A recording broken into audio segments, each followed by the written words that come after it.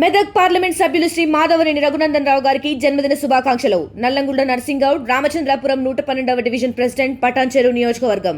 Welcome to తొలి వెలుగు. తెలంగాణలో ఎన్డీఏ కూటమి రాబోతుందా?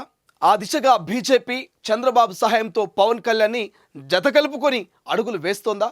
రానున్న స్థానిక సంస్థల ఎన్నికల్లో కూటమి బరిలోకి దిగబోతుందా? మాజీ సీఎం బీఆర్ఎస్ చీఫ్ కేసీఆర్ చేసిన కామెంట్స్ దేనికి సంకేతం?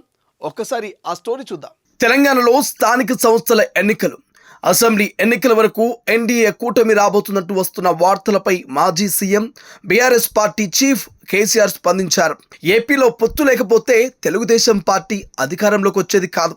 అలాంటి చంద్రబాబును అడ్డు పెట్టుకొని బీజేపీ తెలంగాణలో ఎన్డీఏ కూటమికి పాగా వేలనుకోవడం కాని పని అన్నారు.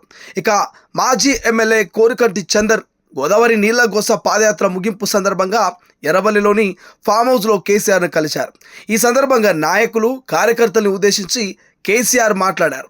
10 ఏళ్ల బీఆర్ఎస్ పార్టీ అధికారంలో ఉండి చేసిన అభివృద్ధి ముందు చంద్రబాబు, ఎన్డీఏ కూటమి పనిచేయవన్నారు.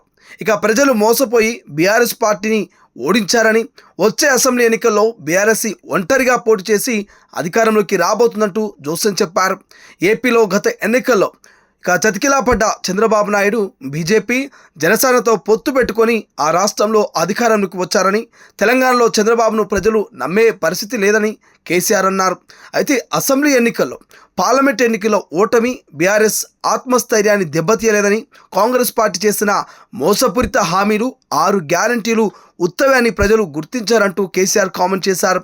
ఇక రాజకీయాల్లో ఎవరు శాశ్వతంగా ఉండిపోరని, బీఆర్ఎస్ పార్టీలో ప్రతి ఒక్కరూ ఒక కేసీఆర్లా తయారు కావాలని, తెలంగాణను దోచుకోవడానికి వస్తున్న మోసగాళ్లను గుర్తుపట్టి తెలంగాణను కాపాడుకోవాలని యువతకు ఆయన పిలుపునిచ్చారు.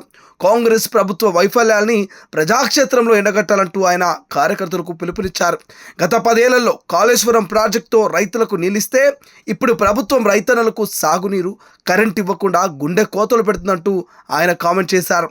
200 మంది బృందంతో 180 కిలోమీటర్ల పాదయాత్ర చేసిన మాజీ ఎమ్మెల్యే కోరికంటి చందర్ను ఉద్దేశిస్తూ రాష్ట్రంలో ప్రశాంతంగా బతికే వాతావరణాన్ని కాంగ్రెస్ ప్రభుత్వం చెడగొట్టిందని మండిపడ్డారు. తెలంగాణకు ఉన్న ప్రధాన శత్రువు కాంగ్రెస్ పార్టీ అని, కాంగ్రెస్ ప్రభుత్వానికి ప్రజలు బుద్ధి చెప్పే రోజులు దగ్గరలో ఉన్నాయంటూ మాజీ ముఖ్యమంత్రి కేసీఆర్ కామెంట్ చేశారు.